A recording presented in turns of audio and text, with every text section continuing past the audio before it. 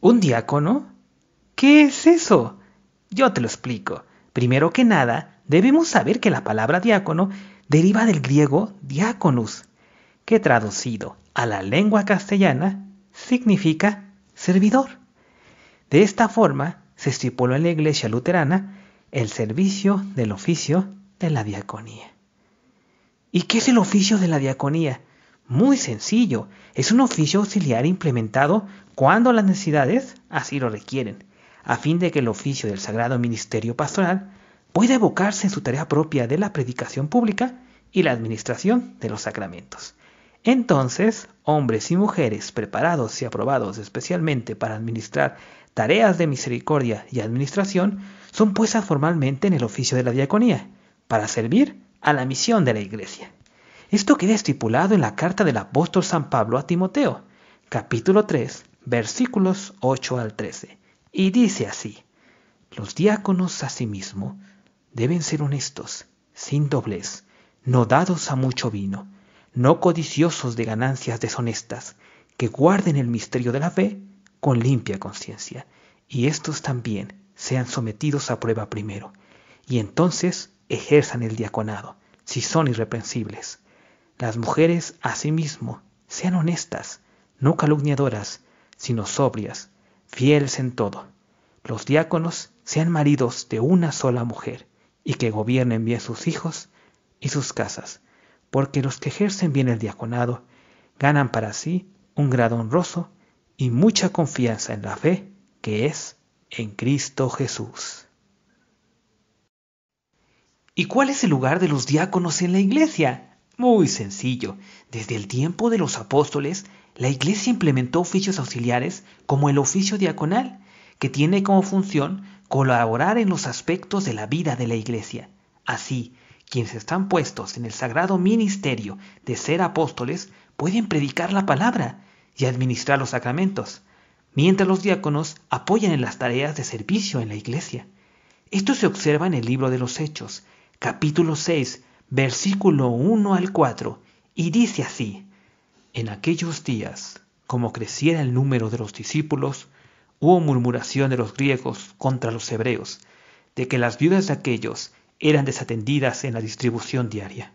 Entonces los 12 convocaron a la multitud de los discípulos y dijeron: no es justo que nosotros dejemos la palabra de Dios para servir a las mesas.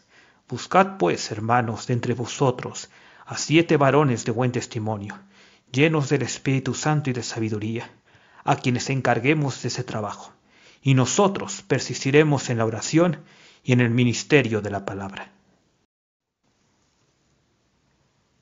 ¿Y cómo han ido cambiando las tareas del diácono a través de la historia del cristianismo? Muy sencillo, te lo voy a contar. A lo largo de la historia de la Iglesia, el lugar y las tareas que fueron asignadas a los diáconos y diaconisas fue variando. Por ejemplo, en la Iglesia primitiva, los diáconos y diaconisas estaban enfocados primordialmente en las tareas de misericordia, auxiliar a los pobres, hacer recolectas para ellos, ayudar a aquellos que estaban en necesidad, y también tenían las tareas de catequesis, en el bautizo, especialmente en las diaconisas para formar catecúmenas mujeres, y en el rito bautismal para vestir a las mismas.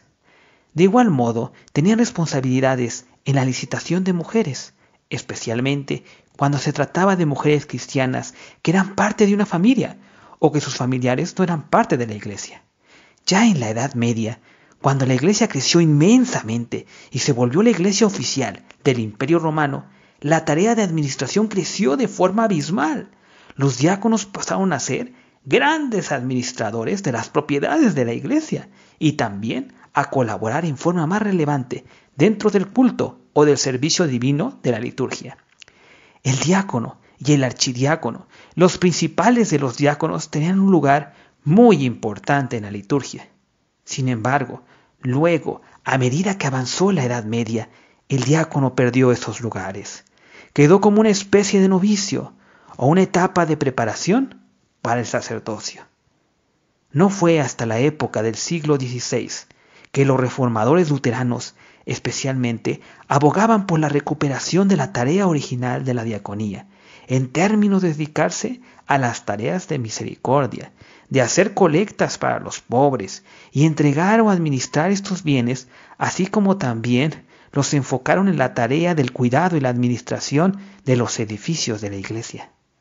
En el siglo XIX hubo un resurgimiento del oficio de la diaconía, especialmente de las mujeres en el ámbito de las diaconisas, sobre todo en Alemania, con una concentración fuerte en la tarea de la licitación y la misericordia, en el auxilio a los huérfanos y a los que estaban pasando por dificultades, así como también en el auxilio del oficio pastoral en la tarea de la licitación.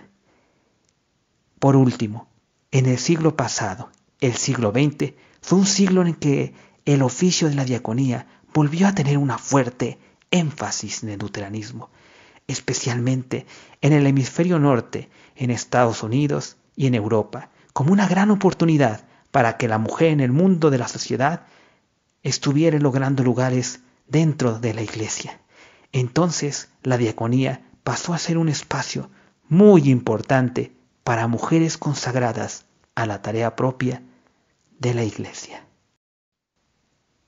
Ahora bien, te tengo una enorme y maravillosa noticia. El Instituto Martín Lutero del Sínodo Luterano de México está iniciando pronto un programa de estudio para diáconos varones, donde podrás colaborar con la médula de la misión de la iglesia, en la catequesis de mujeres o niños, en la visita a mujeres solas, en la generación de contactos evangélicos, en el cuidado del altar y del templo, y también en la colaboración con la música o la tecnología.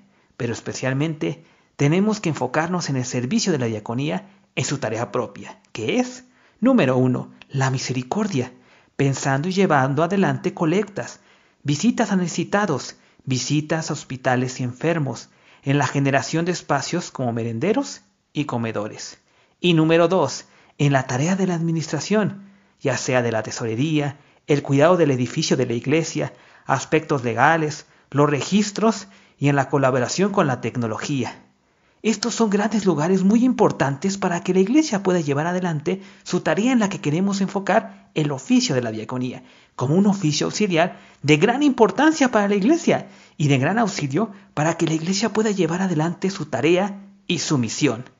Esto queda estipulado en la carta del apóstol San Pablo a Tito, capítulo 3, versículo 4 al 8, y dice así: pero cuando se manifestó la bondad de Dios nuestro Salvador y su amor para con los hombres, nos salvó, no por obras de justicia que nosotros hubiéramos hecho, sino por su misericordia, por el lavamiento de la regeneración y por la renovación en el Espíritu Santo, el cual derramó en nosotros abundantemente por Jesucristo nuestro Salvador, para que justificados por su gracia, viniésemos a ser herederos conforme a la esperanza de la vida eterna.